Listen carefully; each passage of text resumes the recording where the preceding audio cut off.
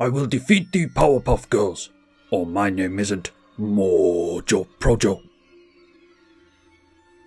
Alela Artful Provocateur versus Neera, Etali, and Mirko.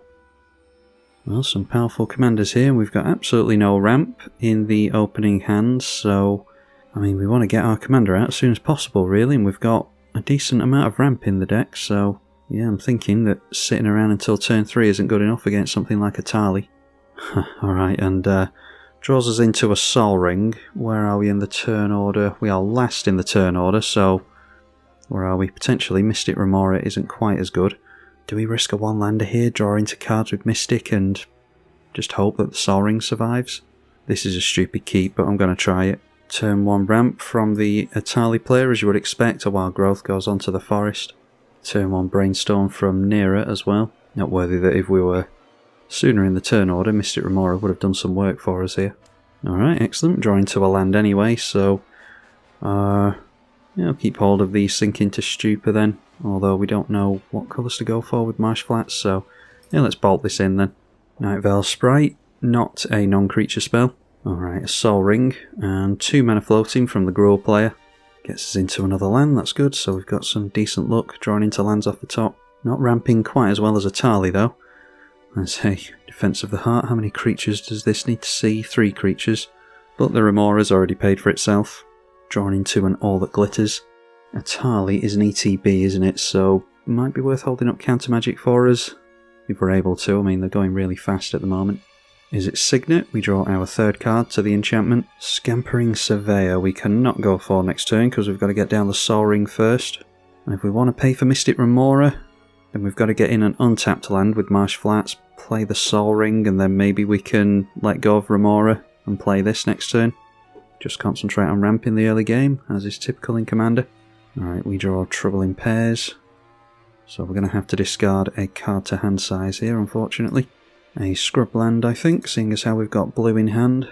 And I think we discard the Robe of the Archmagi because we're quite a ways away from making that relevant.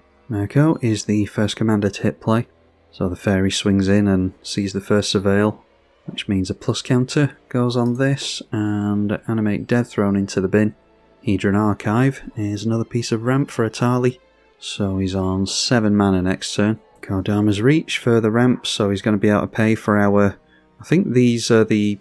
I think we've seen the only counter magic that we've got in the deck. I was trying to be thematic. Obviously you'd rather put Mana Drains and Arcane Denials in here, but just for the sake of being thematic, this was advertised as a casual power level 6 game, so you wouldn't expect to go up against Etali's and the like.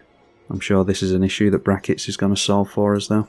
So it's probably a case of letting Etali come into play and then throw an Oubliette on there, which might mean that we have to go for Alela next turn and start trying to have Alela see lots of different artifacts and enchantments. Although we don't have the colours for Alela yet, do we? Sensei's Top thrown into the Mystic Remora as well, so might be able to get into the land that we need.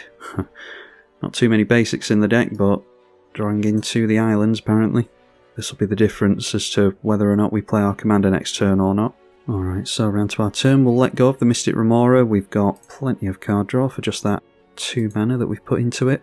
Alright, and the Bloodstained Maya makes all the difference, so instead of going for the Scampering Surveyor, we will instead go for our commander, and we can play out the Esper Sentinel as well. Once again, we can make this black and white, so we'll have to shock down the Godless Shrine. Could be that our opponent gets into some of our removal off the Etali, but there's not a whole lot we're going to do about that, unfortunately. Priority being held up by the Izzet player, so he might be holding on to Counter Magic for the Etali, which luckily is an ETB, so Counter Magic does work against it.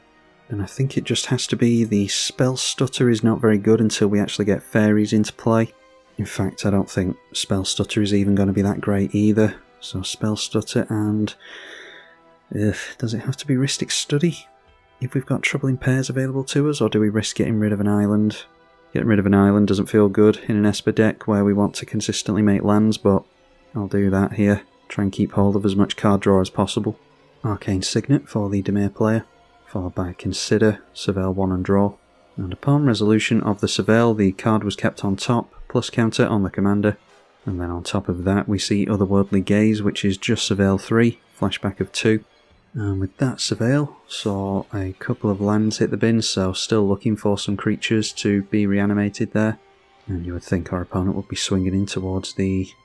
Okay, spreading the damage. The Izzet player is getting hit by the Night Veil Sprite. Mirko dealing 4 commander damage down the middle.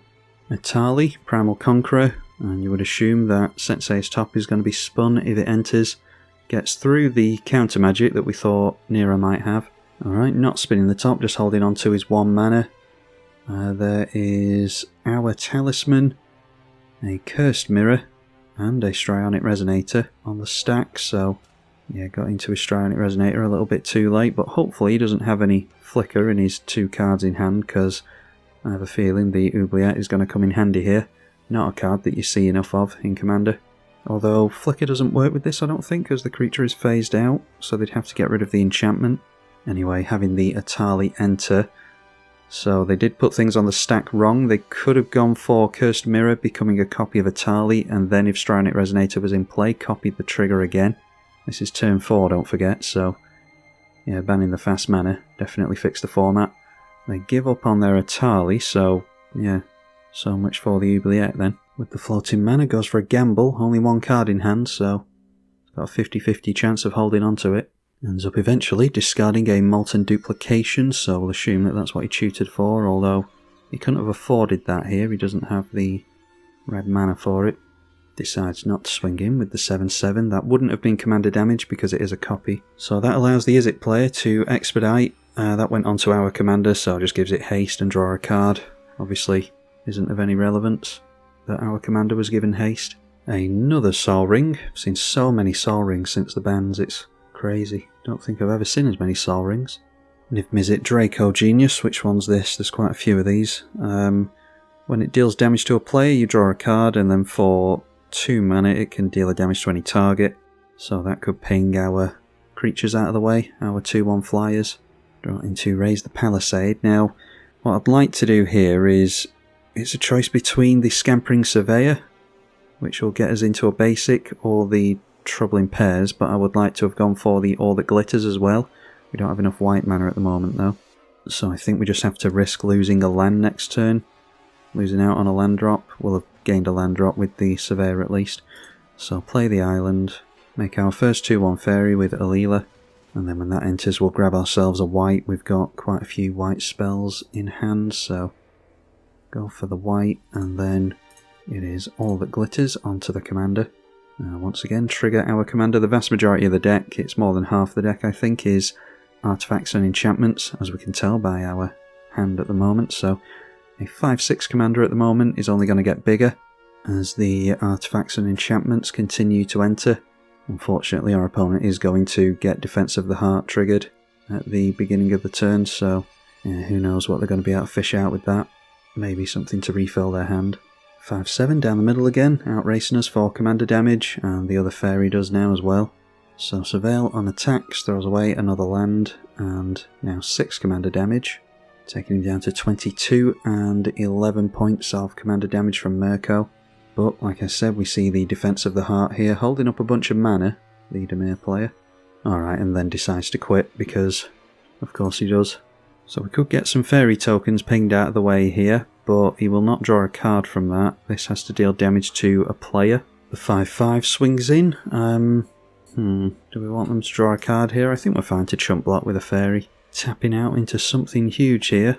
Yep, goes for pinging the fairy out of the way with 2 mana. And then a Time Warp after that, taking an extra turn. So he's going to be able to get through with Niv Mizzet next time. And then a Cyclonic Rift from our opponent after that. I mean, it's better than a board wipe, I suppose. It might be that the Dimir player has counter magic. This will test that theory at least. Alright, a Calidus Assassin. Have it enter as a copy of anything and destroy another creature with the same name as it. So I'm guessing they're going after the Niv Mizzet there. Might as well if you're going to get this bounce back to your hand anyway. So yeah, points that at the Niv Mizzet. And by turn 6 we are down to 5 lands. So what to do here? We'll see if we do not draw into a land. So we've got 2, 4 and 6 mana. What, really? Rift and bounce? What a dick you are. Jeez. Not a problem though. It's not a problem, I have it on good authority. So let's see here. Alright, it just has to be Sol Ring, I think. And then we'll get a bit of ramp going. We'll have 2 mana left over, which just has to be the Esper Sentinel, I think. Swamp comes into play tapped, very much liking this as a land ramp piece that any deck can use, including the Esper colours that struggle with land ramp. So 7 cards in hand, we will leave it at that. That comes down as a copy of our Esper Sentinel, you have to assume, so I was going to blow that up.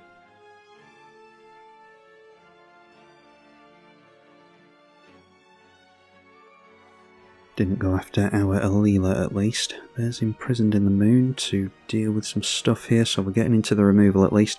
Now we've got 4 and 4 mana, so Troubling Pairs and Alela perhaps. And not going to pay the tax on the Esper Sentinel. A 3-2 at the Dimir player. And I think next turn we'll be able to take advantage of the Sword of Feast and Famine, hopefully. It should give us pro-black as well, so hopefully they're running black removal spells as opposed to Pongifies and the like. Alright, a Ravenous Chupacabra. We might not be drawing into the removal quite quickly enough. There's a Mithril Coat that would have helped us. Problem with Esper is that you can't ramp too quickly unless you get into all your rocks and then they don't get blown up. So we're always going to be on the back foot a little bit, unless you run all the generic counter spells and control magic and the like. Night Veil Sprite back into play, we can block that with our token. Alright, a Grasp of Fate. I don't think we need to worry about too much yet. Let's go for a 6 mana Alela into play again, I think. And then I'll hope that they don't have removal again, because if they do, we'll lose the All That Glitters, but it's worth throwing it on there to hopefully be able to swing in with a decent amount of power next turn.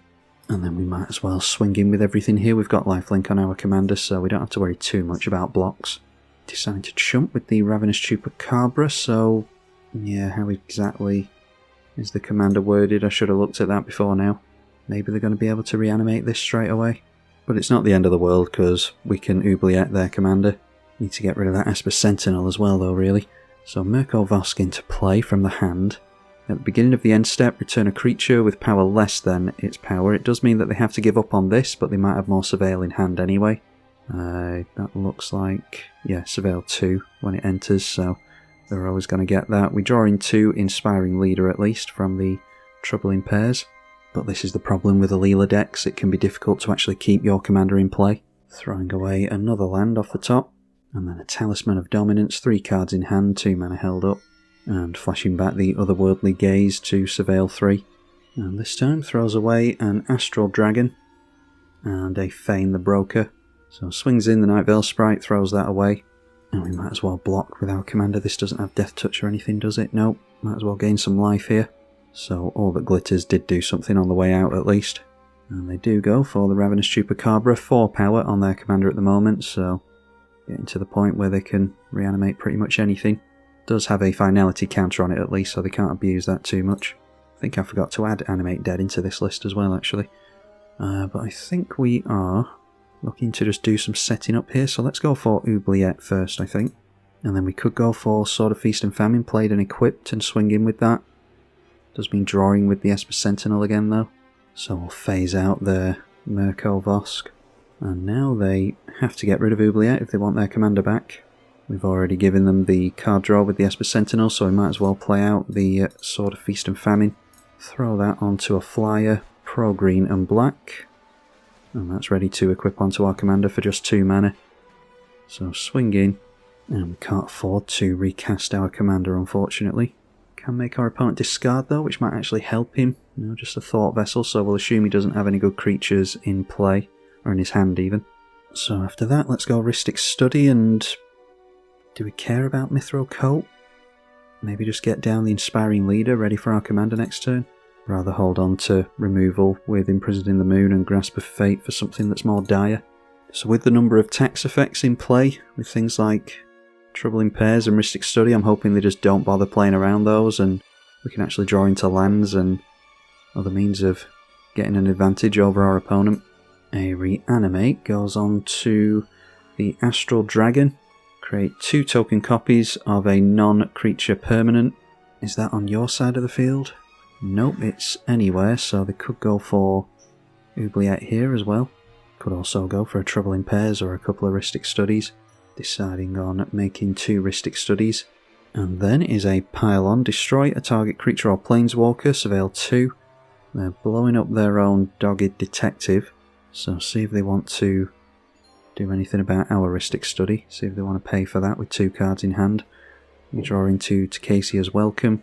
And they do pay the tax, holding up 2 mana. And surveilled away a Duskmangler into the bin, which I can't show you because Magic Online. There we go. Now the problem we have is that our board wipe gives them back the Ravenous Chupacabra.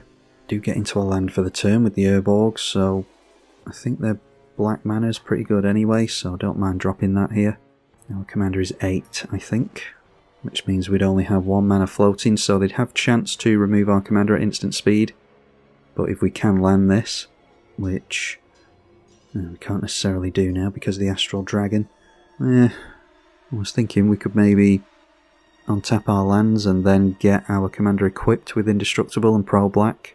Yeah, I think we just have to try to buy ourselves time here really and go for the Raise the Palisade, force them to recast this, hardcast it. We could always go Imprisoned in the Moon onto it, I suppose. Yeah, let's try that. Imprisoned in the Moon onto the Astral Dragon, which means there's a bunch of taxes to pay here, Esper Sentinel and the 2 Rhystic Studies. So we can pay 1 of them, but they are going to draw a lot of cards here, unfortunately. They did draw their second card though, so Trouble in Pairs draws us a card as well. Into Enduring Innocence, plenty of card draw in this deck. Dogged Detective triggers as well, you can return it from graveyard to hand. And like I said, with the bounce we are giving them back the Ravenous Chupacabra unfortunately, but I think this is about all we can do to buy ourselves time unfortunately. Might be that they have counter magic yet. If not, they might be drawing into it. So they're back up to 7 cards in hand. It looks as though we're landing it though, so we name Fairy in a Fairy tribal deck. And get to bounce everything back to hand. The Oubliette's still in place, so Mirko Voss remains in the phased out zone. Might as well swing in with both. Our opponent is going to be below, or actually he's going to be exactly at half of his life total.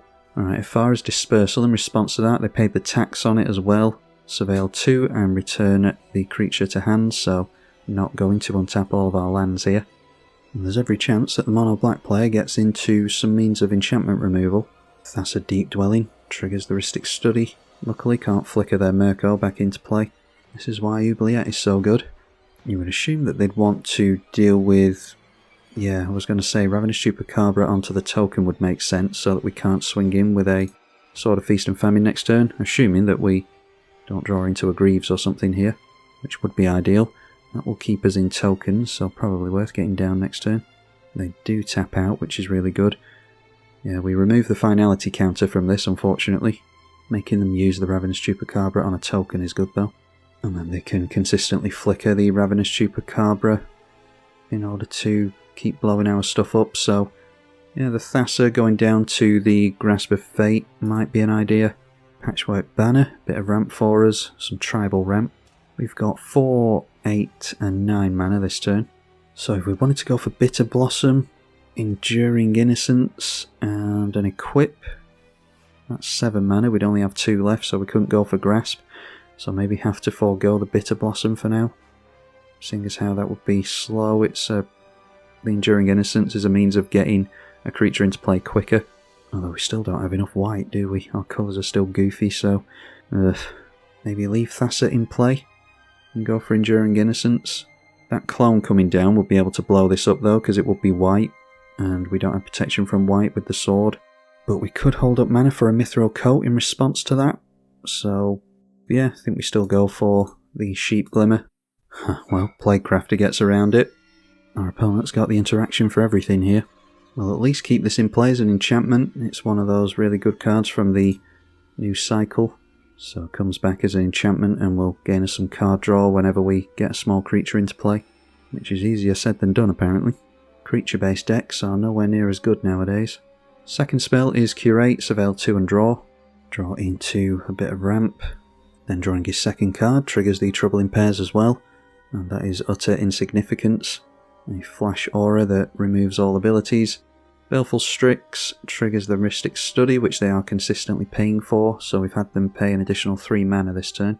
I think it is time to get rid of this Thassa the Deep Dwelling because they're just going to get too much advantage out of it. Basilisk Collar, once again, being played into the Ristic Study. No big creatures to throw it on at least. And flickering the Baleful Strix, as you would expect, they will end the turn tapped out with 5 cards in hand. So let's see here, I think another Talisman. I think we definitely want to go for the Bitter Blossom, just to start getting that online. The Talismans effectively cost 1 mana, so we'd have 7 mana remaining after we get the Talismans down, which leaves us with Grasp of Fate, Bitter Blossom, and Utter Insignificance if we need it.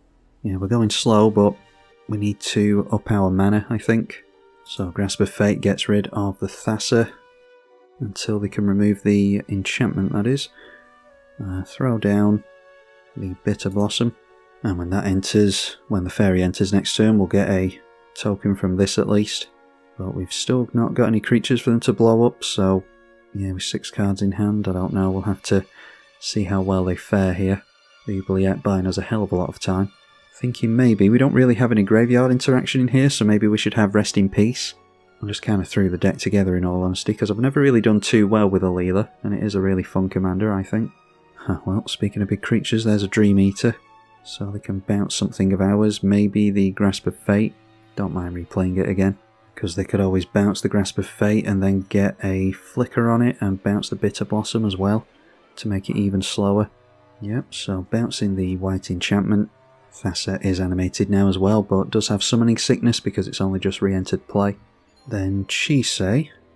At the beginning of your upkeep, sacrifice it unless you remove a counter from a permanent you control. Just a 4/4 flyer. Ristic Study, continuing to cost our opponent mana. They've got 3 cards in hand, and we draw into Solemn. So we're finally getting the ramp by turn 12. 3 damage to us from the small creatures. And that means that we draw another card because 2 creatures are hitting us. And means that we get a land next turn. So what we could do here is go for Utter Insignificance, so that the Thassa becomes irrelevant. I mean, we held it up, so I don't see why not. Might as well, because I'm sure they're looking to flicker the Dream Eater there, and that means that we should still get the token. We can't swing in with it anyway, and they've got a couple of big blue flyers in the way now, so we can't necessarily get through with a sword anyhow. But we could make it more difficult for them to block if they get buffed with the Inspiring Leader. Alright, so managed to untap with a bunch of mana available to us finally. Get our first fairy into play, triggering the Enduring Innocence for the first time. That is a Vault of the Archangel to give Death Touch, which could be relevant if they want to make chump blocks. Draw to the draw phase. Alright, in Nettle Seist makes attacks much easier as well. So we could go for our commander finally, and then get down the Mithril Cult while our opponent's kinda tapped out. I think I'm fine with that.